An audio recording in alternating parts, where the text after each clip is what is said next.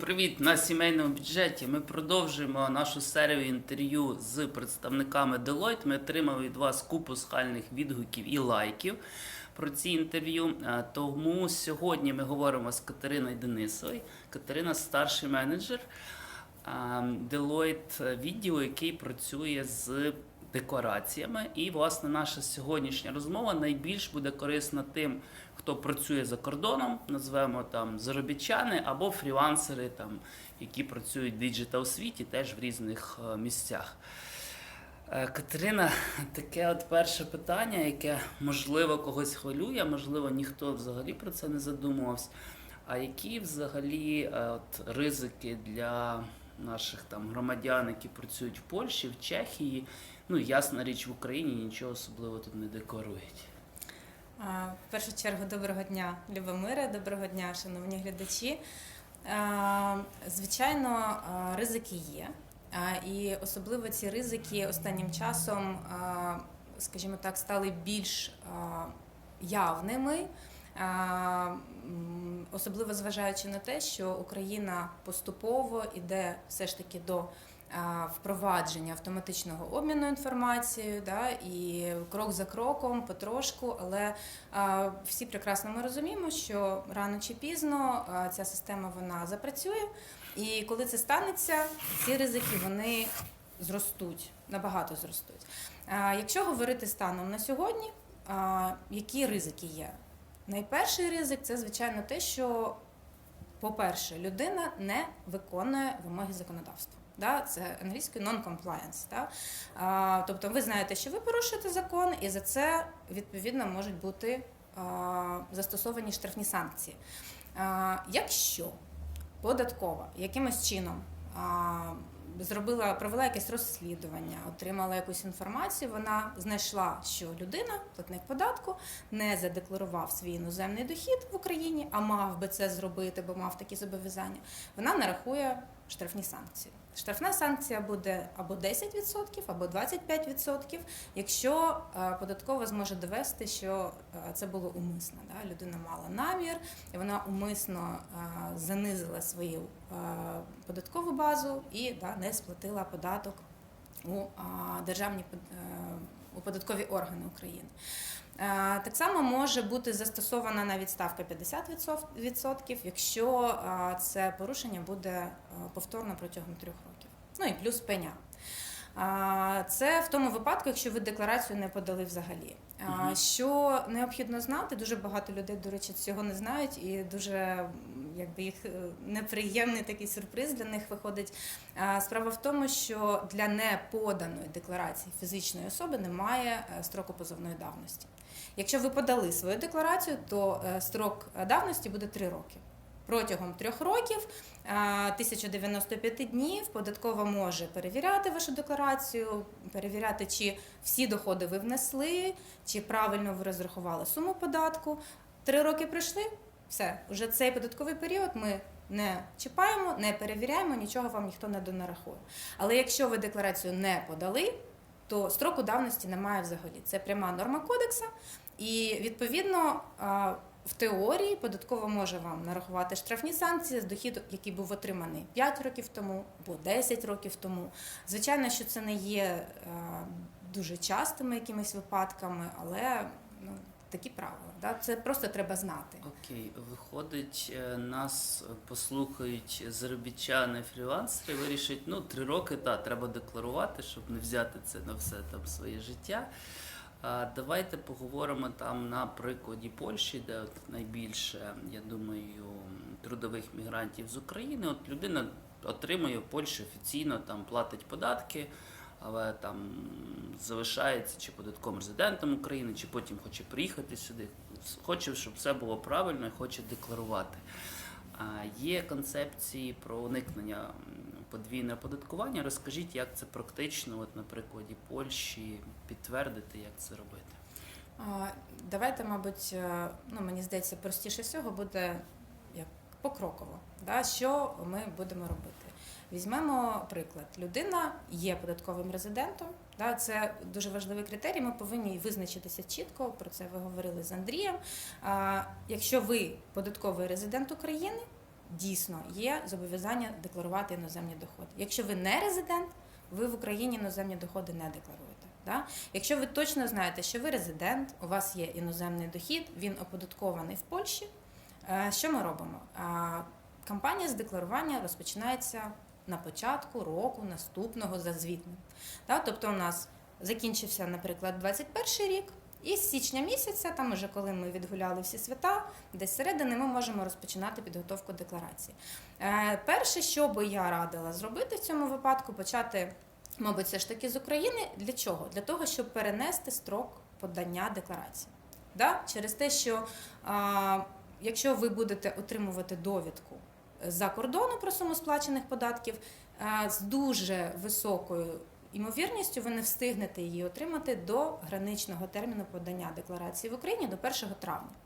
І для того, щоб не було нараховано ніяких штрафних санкцій, ми можемо до 1 травня в Україні попросити собі перенесення граничного терміну подачі декларації і сплати податку до 31 грудня.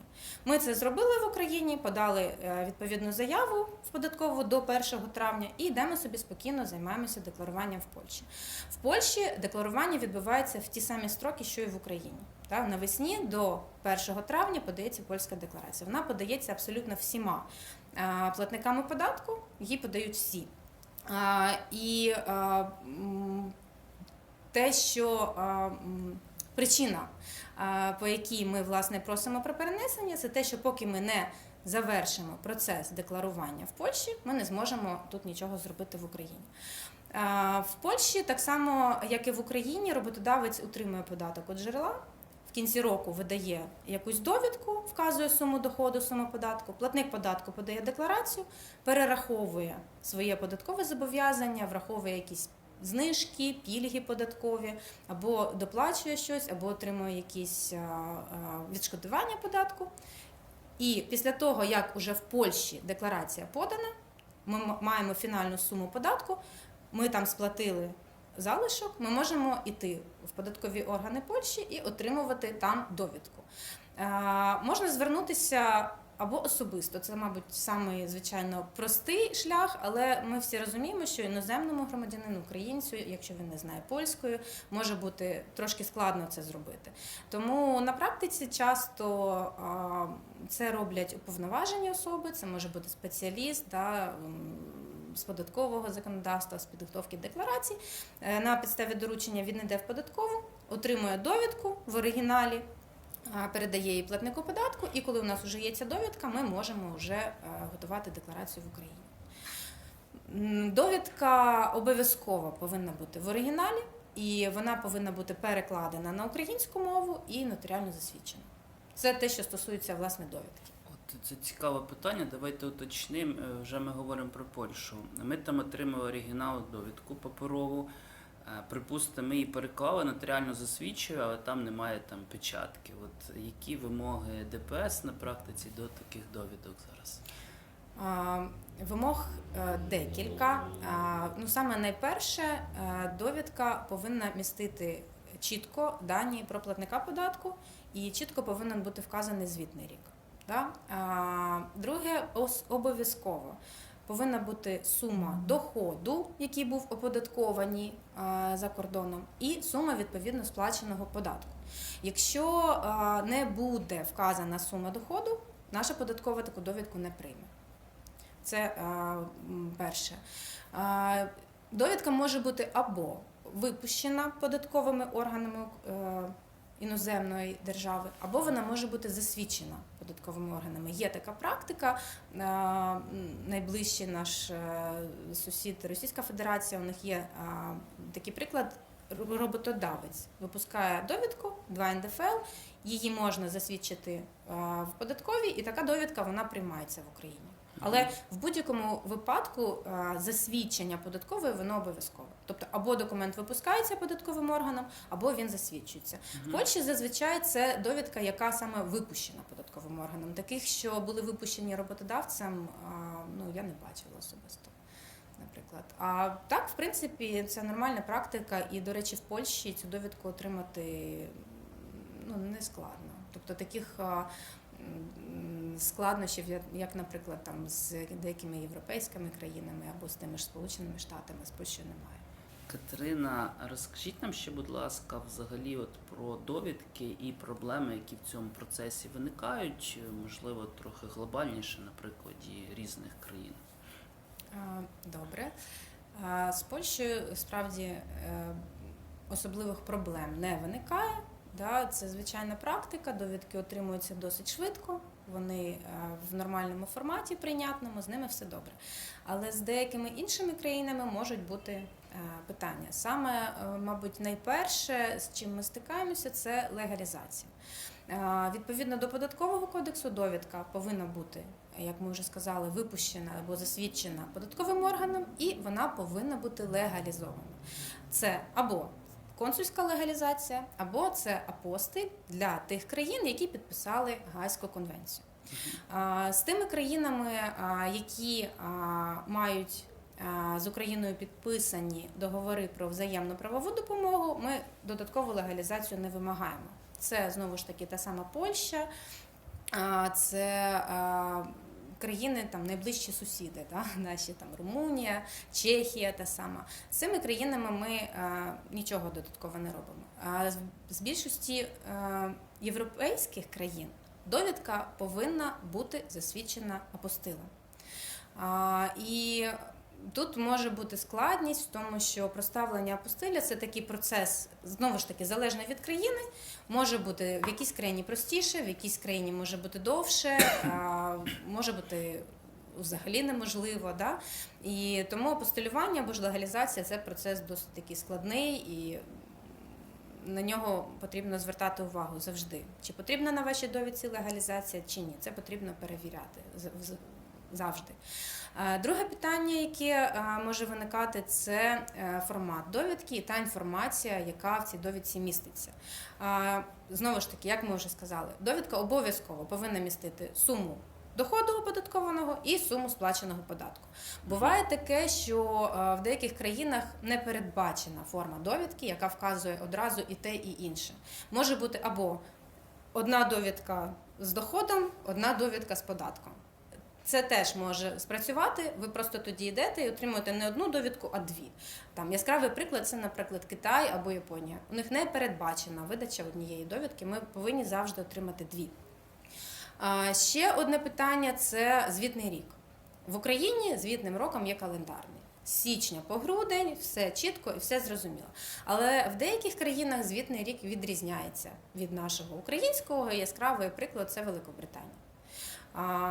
В Великобританії податковий рік розпочинається 6 квітня і закінчується 5 квітня наступного року. І коли податкова вам видає довідку про звітний рік, то особливо, якщо в цій довідці вказана загальна сума доходу, неможливо визначити, яка частина цього доходу відноситься до нашого українського звітного року, а яка частина не відноситься. Тому в такому випадку необхідно проконтролювати або взяти якусь додаткову довідку, щоб була вказана розбивка помісячно, щоб в цій довідці чітко було видно там квітень, травень, і ми могли помісячно визначити, яка частина доходу відповідно податку відноситься до нашого звітного податкового року.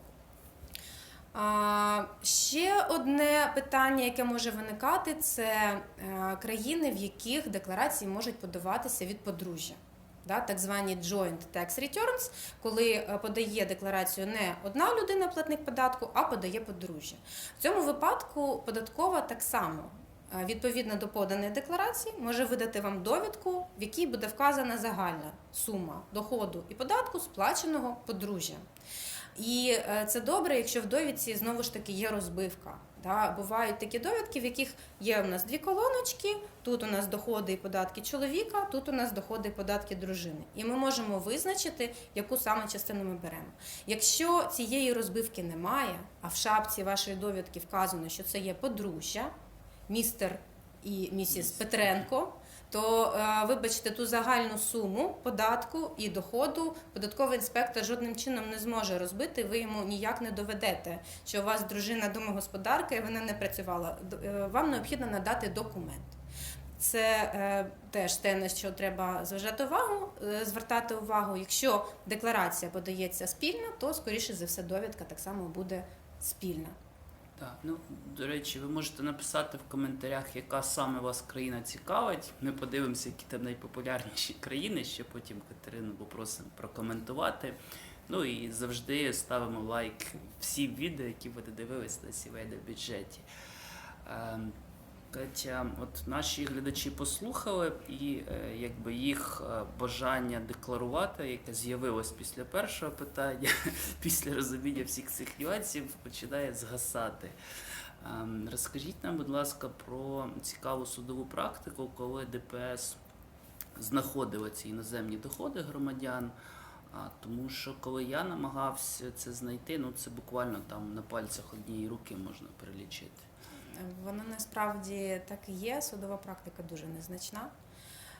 І навіть ті випадки, які є, вони більше все ж таки прив'язані саме до резидентського статусу, до визначення і оскарження рішення податкової щодо резидентського статусу. Тобто, якщо ви є не резидентом, зрозуміло, що у вас немає зобов'язання декларувати іноземний дохід. І коли виникає якесь спірне питання, зазвичай все ж таки воно зводиться до саме визначення і оскарження резидентського статусу. Та практика, яка є, навіть зважаючи на те, що вона незначна,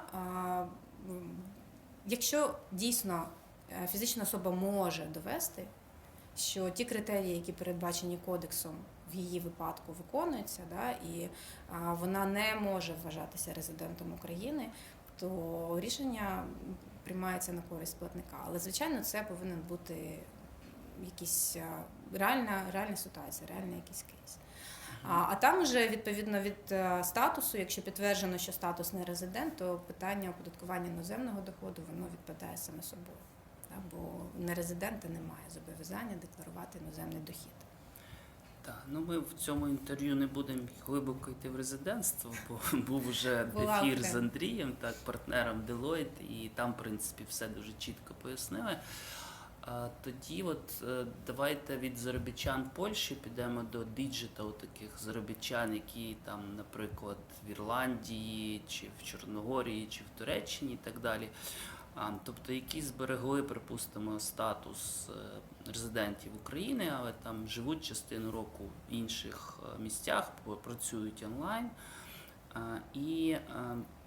Давайте все-таки, от вони, припустимо, стали резидентом іншої країни, нехай там це буде Ірландія, виїхали працювати от в Google, давайте поки такий варіант. Але отримують якісь пасивні доходи в Україні, наприклад, там, не знаю, державні облігації в них залишилися. Ірландія, до прикладу, може бути інша держава, там не претендує на ці пасивні доходи. Чи потрібно тоді їм щось взагалі робити в Україні, от, будучи вже податковим резидентом іншої країни, в даному випадку Ірландії? Якщо ми говоримо про пасивні доходи саме з України, то вони в будь-якому випадку будуть оподатковуватися в Україні, бо нерезиденти оподатковують дохід з джерелом походження з України. Тому якщо говорити про ось цей приклад, який ви навели, да, дійсно облігації України, вони будуть підлягати оподаткуванню, звісно, там немає, якщо ми говоримо про, наприклад, ОВДП, там податку на доходи фізичних осіб не буде, буде лише військовий збір. Але він сплачується в Україні, навіть якщо людина є нерезидентом. Тому що це дохід з джерелом з України. Якби це були пасивні доходи з якоїсь іншої країни, наприклад, людина є податковим резидентом тієї самої Ірландії, а отримує пасивні доходи, там, скажімо, зі Швейцарії. Якщо ми розуміємо, що в Україні людина не резидент, іноземні доходи вона тут не декларує, не оподатковує, тому тут України не буде питань. Тобто я тоді трохи зроблю інший приклад. Якщо українець, ірландський резидент, інвестує на американському фондовому ринку і отримує доходи звідти, то вже України це, виходить, не стосується. Ну, українець, податковий резидент Ірландії. Ну, так, дійсно, виходить, що в Україні не повинно бути питань, бо це не є доходом з джерелом походження з України. Людина є не резидентом і свої іноземні доходи вона в Україні не декларує. Так, і тоді ще один приклад, з якого я власне там хотів почати. Тобто, якщо українець виїхав, працює онлайн, але залишився податковим резидентом України, в нього ФОП, там він сюди на ФОП отримає гроші, але живе частину року там в Туреччині чи Чорногорії, то в принципі для нього особливо нічого змінилось. Він мав би декларувати все це в Україні і всі звіти подавати в Україні. Так? Так, дійсно, в будь-якому випадку всі питання, які стосуються оподаткування фізичних осіб, вони дуже тісно пов'язані з резидентським статусом. Якщо людина працює дистанційно, да, ті ж самі IT-спеціалісти, да, дуже поширена ця практика, весь свій загальноосвітовий дохід людина, яка є резидентом України, повинна декларувати і оподатковувати в Україні. Угу. І при цьому, якщо ми говоримо, наприклад, саме про фізичних осіб-підприємців, про ФОПів, тут може бути як дві окремі декларації навіть. Да? Є одна декларація ФОПа, да? Це ті доходи, які людина отримує, працюючи як ФОП, у неї є контракт, да, за цим контрактом вона надає як ФОП якісь послуги, отримує за це якийсь гонорар.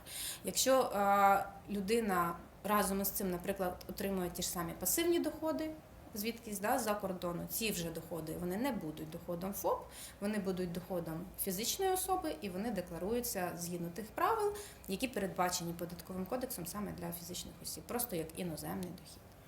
Так. Катерина, ще одне питання, яке хвилює багатьох українців з іноземними доходами, точніше з іноземними родичами, це питання оподаткування спадщини. Бо є різні версії, якщо говорити про перший і другий рівень споріднення в Україні, якби податків немає, з іншої сторони іноземні доходи, податки є в будь-якому випадку. Яка ваша практика і погляд на оподаткування іноземної спадщини для першого, другого ступеня? Ну, тут у мене може бути свій погляд, але у нас є норми Податкового кодексу, і в Податковому кодексі чітко прописано, що якщо у нас дарування або спадщина отримується резидентом від нерезидента, або навпаки нерезидентом від резидента, то застосовується загальна наша ставка 18%. І плюс 1,5% військового збору. І, на жаль, ступінь споріднення в цьому випадку взагалі жодного значення немає. Тут все однозначно. Да, тут дуже все однозначно, в кодексі чітко все прописано, і воно насправді так і відбувається, так і працює.